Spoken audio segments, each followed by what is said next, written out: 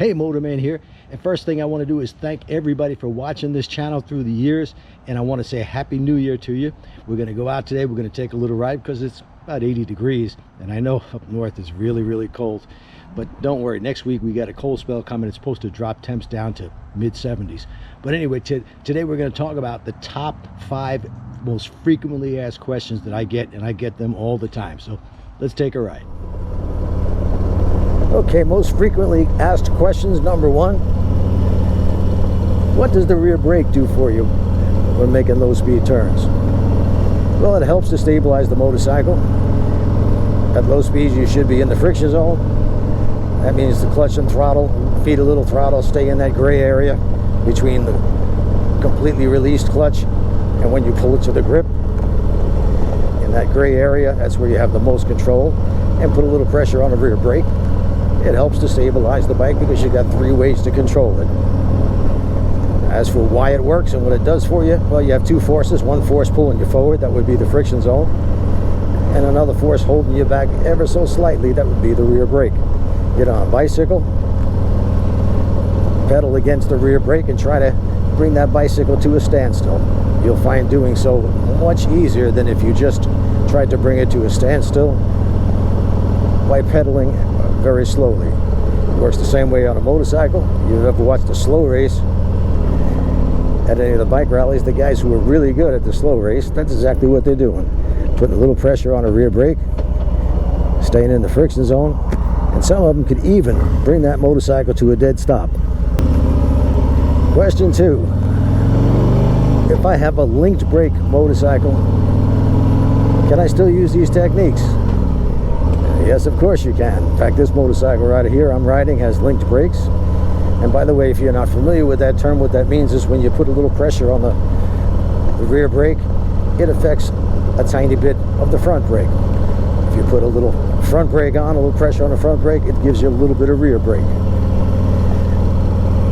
If you're pressing so hard on the rear brake that it feels like the bike wants to be pulled to the ground, you're using way too much pressure on that rear brake. Honda Gold Wings are, I think, the first bike to come out with that link brakes, and you can go on YouTube and watch any of the Top Gun riders in their competition. All the Gold Wings have link brakes, and all the riders are using a little bit of rear brake pressure. Not a lot. The better you get, the less rear brake you need. So link brakes means absolutely nothing. Don't use that as an excuse to not practice proper techniques. Those techniques, of course, are proper use of your head and eyes, looking only where you want to go. Proper use of the clutch and throttle, i.e. the friction zone, and a proper use of the rear brake to help you.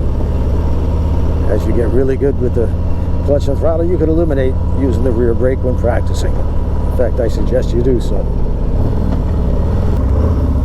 Here's another one. I've been riding for years. What will your class or your video teach me? Because I'm an experienced rider. Well, just about everybody who comes to my class, I would say 80 to 90% are experienced riders, people riding many thousands of miles under their belt, many years of riding. But look, this is what you do when you normally out ride a motorcycle. You're cruising down the road,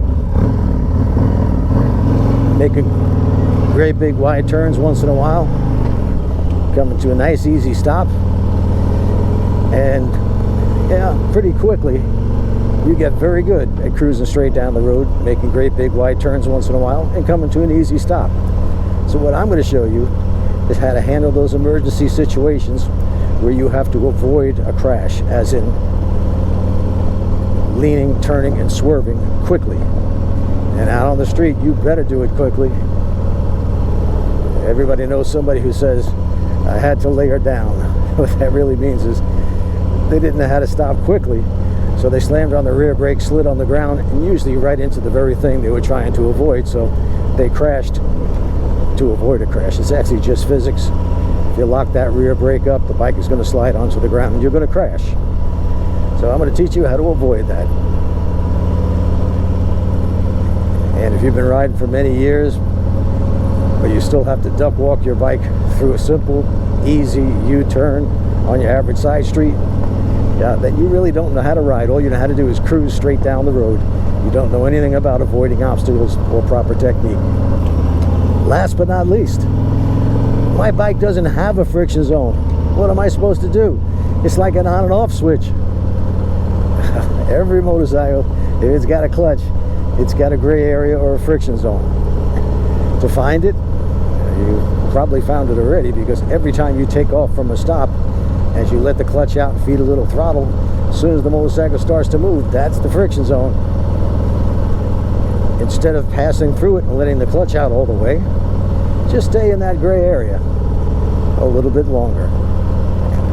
This comes in handy even when making a turn from a stop. I see so many people make their turns too wide from a dead stop. If they're making a right turn or a left turn from a dead stop at a stop sign, they tend to go wide because they let the clutch out all the way.